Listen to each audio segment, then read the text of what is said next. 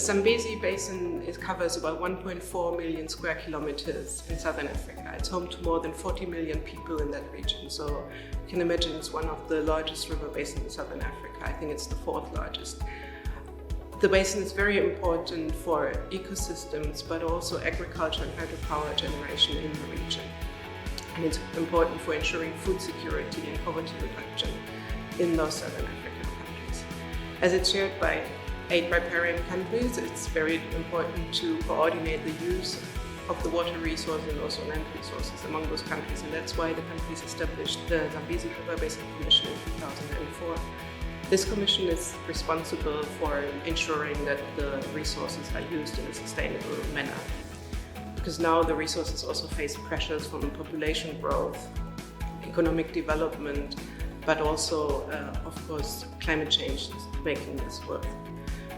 So, in order to ensure that the resources can be used in a sustainable manner, you need to find synergies between the different users and to look at the trade-offs among them to make sure that in the end the resources are not overused and that goals like food security, agricultural production, economic development, poverty reduction are achieved. So the Zambezi case study in the context of GoNEXUS is an important test bed for the methodology that is being developed in GoNEXUS.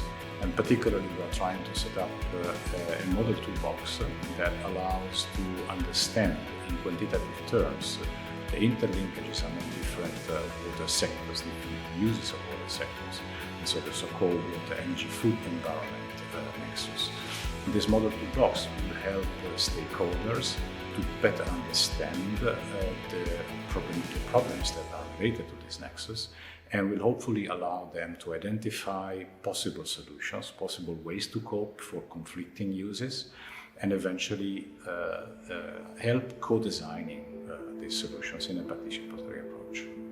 So last October, we organized a hybrid dialogue workshop in Harare, which was facilitated by Samcom, and we had various stakeholders from the Zambezi Basin coming together with the aim to create a shared vision for the main challenges in the basin. We were lucky that we had representatives from all 8 riparian countries who came together, which ranges from Angola, Botswana, Malawi, Mozambique, Tanzania, Namibia, Zimbabwe, and Zambia.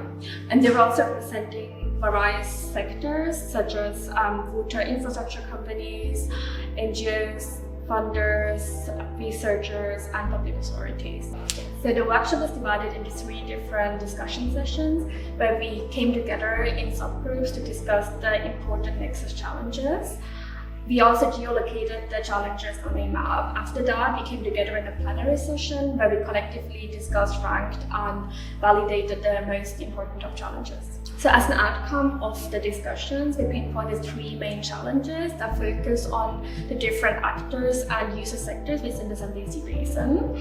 They focus on, for instance, flood management that involves balancing flood control with environmental concerns, as well as drought management that's more focused on water allocation and usage during dry seasons, and as well as land management, where we are looking at the competing interests between agriculture, urbanization, and conservation. We have noted that in the past 10 years, we are experiencing extreme events within the Zambezi River Basin, particularly floods. We have areas such as the Upper Zambezi, the Shire in Malawi, and also the Delta in Mozambique.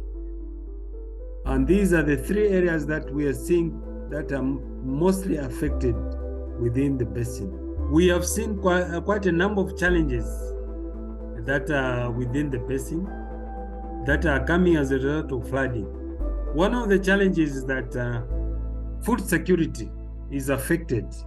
A number of households lose their crops during the flooding. And this is quite a challenge for the government because they have to subsidize their food. The other challenge is to do with the resettling of people, because people move around. Once the floods come, they're displaced. So the government has to find the money to ensure that the people are moved to better places. The third challenge that we have is to do with the diseases that come along with the floods, particularly malaria and cholera.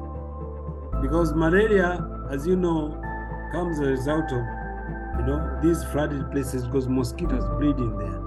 So this is quite a challenge because government spends a lot of money to try and make sure that people are healthy and they are moved to good places. Okay, the Zambezi River Basin is affected by droughts to a certain extent, and almost all parts of the basin is affected, and this is a major challenge in the river basin. And droughts are pretty common. When we talk about main effects of drought, we are looking at community disruption, and which is caused by water shortages, threats to the ecosystem and wildlife, and of course impacts on the economy and food security, and of course biodiversity protection. 64% of the subsistence farmers in the Zambezi River Basin depend on rain-fed agriculture. So you can imagine the impact that it has if we have severe drought in the basin. It means food security is impacted upon. It means hydropower is impacted upon. And so yes, it does affect the basin to a certain extent. Energy security in the Zambezi watercourse is one of the primary concerns of local authority because of the growing energy demand driven by population growth on the one hand, and the volatility of hydropower production that is expected to become more and more uncertain in the future because of climate change. All countries of the watercourse belong to the Southern African power pool, and so there is interconnection of the energy system, and this power pool is currently dominated by coal in terms of energy production, but there is still 20% of hydropower production that is expected to grow in the future because of a number of hydropower projects. So in GoNEXUS, what we are trying to do is to integrate a reservoir system operational model of the watercourse with an energy operational model at the entire Southern African power pool in such a way that we can estimate the impacts of installing either new hydropower or new solar or other type of renewables, both at the local level as well as at the energy system level.